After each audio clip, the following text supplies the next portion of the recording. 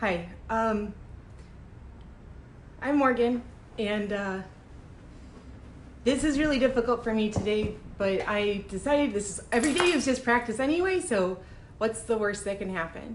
I wanted to start practicing being able to talk about what autism is, or how I experience it, and so this is my first time trying to do that. On live, in front of everybody on Facebook. So, hi Kira. Oh, thank God you're here. I'm talking about autism. I'm going to be quick, just a couple minutes. You just caught me right on live, and how it affects me. And I'm glad you're here because this is my first time I'm actually able to talk to anybody besides my husband about what my experience is and how I see the world. First of all, autism means that everything I hear, taste, feel, everything is turned way up. Just to give a quick example, if somebody turns the water on in the sink, I feel it in my skin. If somebody's walking in the house, it hurts inside my head. If a sudden loud noise, it's like Saving Private Ryan, and everything goes white, and I can't think or see or do anything. I can't speak. I was diagnosed as a child in the 1980s as pre-autistic. I was told that I would have to learn emotions by watching others. This is what I remember as a kid, and that I went to a special school. I rode a short bus. Somebody else hopped on. So hi, we're talking about my experience with autism. Welcome to my soul. It's all good. It's all good. I did take a short bus. I went to speech therapy. Hi, Paula. And this is me. I did go to speech therapy. I was evaluated and diagnosed with pre-autistic, saying that I would one day become autistic and that I would have to watch others to understand how to understand emotions, but that I had an extremely high IQ. I wasn't supposed to tell anybody, but they said that I was a genius and to just put me in and I'd be okay. I remember kindergarten. I also remember then, after that, the world got dark and scary and I got locked in this side of my brain and my brain became split. I have spent the last, I don't know how many decades, where what I think over here can't come out. I would have thoughts on this side that could not come out from my speech. Thank you, Letty. That's what autism is when they say split mind. When I was a kid, I didn't understand why my family would say that I was schizophrenic. I'm not. They said it was childhood schizophrenia. Like, it was just in that divergent state where autism and childhood schizophrenia were like, the DSVM is all crap anyway. I mean, come on. It's all BS. I'm sorry. But all the DSVM does is tell people what it's like to be human. And everybody's on a scale somewhere. Everybody is. This affects everybody.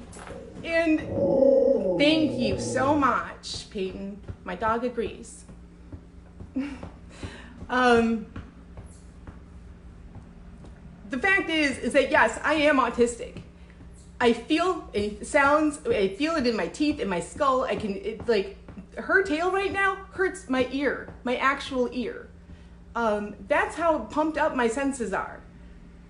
I hear everything all the time, and I think that like everybody thinks the way I do. And I spent the last who knows how many years literally locked in my own mind. Hi, Heidi. And now I went through this whole process where I was bound and determined to finally learn how to human right, because I didn't understand why everybody else got along and everybody else could do these things and be a part of life, and I couldn't. And why my words didn't make sense and all sorts of stuff. So for over the it's been about a year now, I have every single day learned how to human, essentially. Like, I've learned how to program myself. And now today, I will say this, as an adult, a couple weeks ago, I had my first cohesive thought, where it's not that I'm two people, you've got two hemispheres. Usually, it's like you're your own sister. And, or like, I felt like I was my own twin.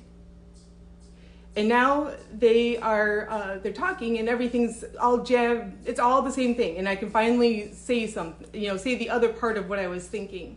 'Cause, everybody's got their personalities and everything, so.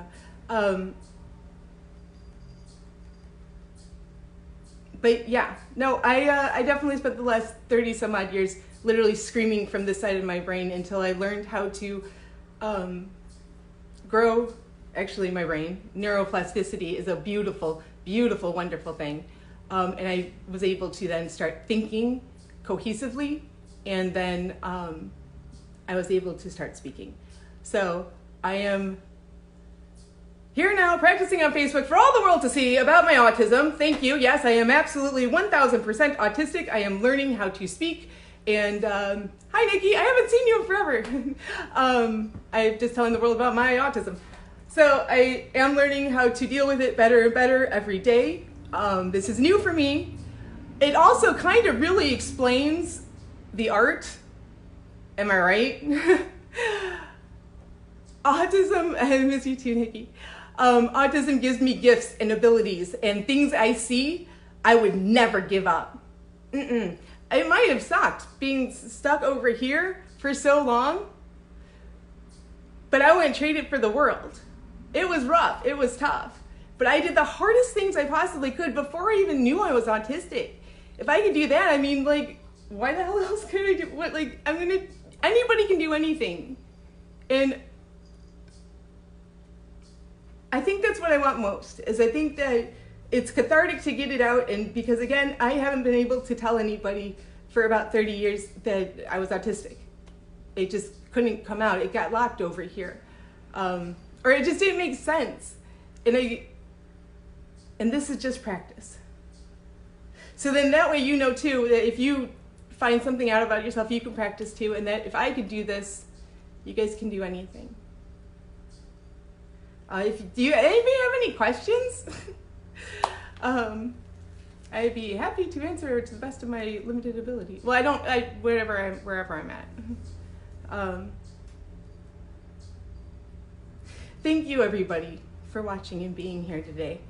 It wasn't easy, but it wasn't that hard, and we can do it. I think that everybody in this world needs to start talking to one each other a little bit more, and I think this might be kind of the way to start doing that. So we're just gonna have to try.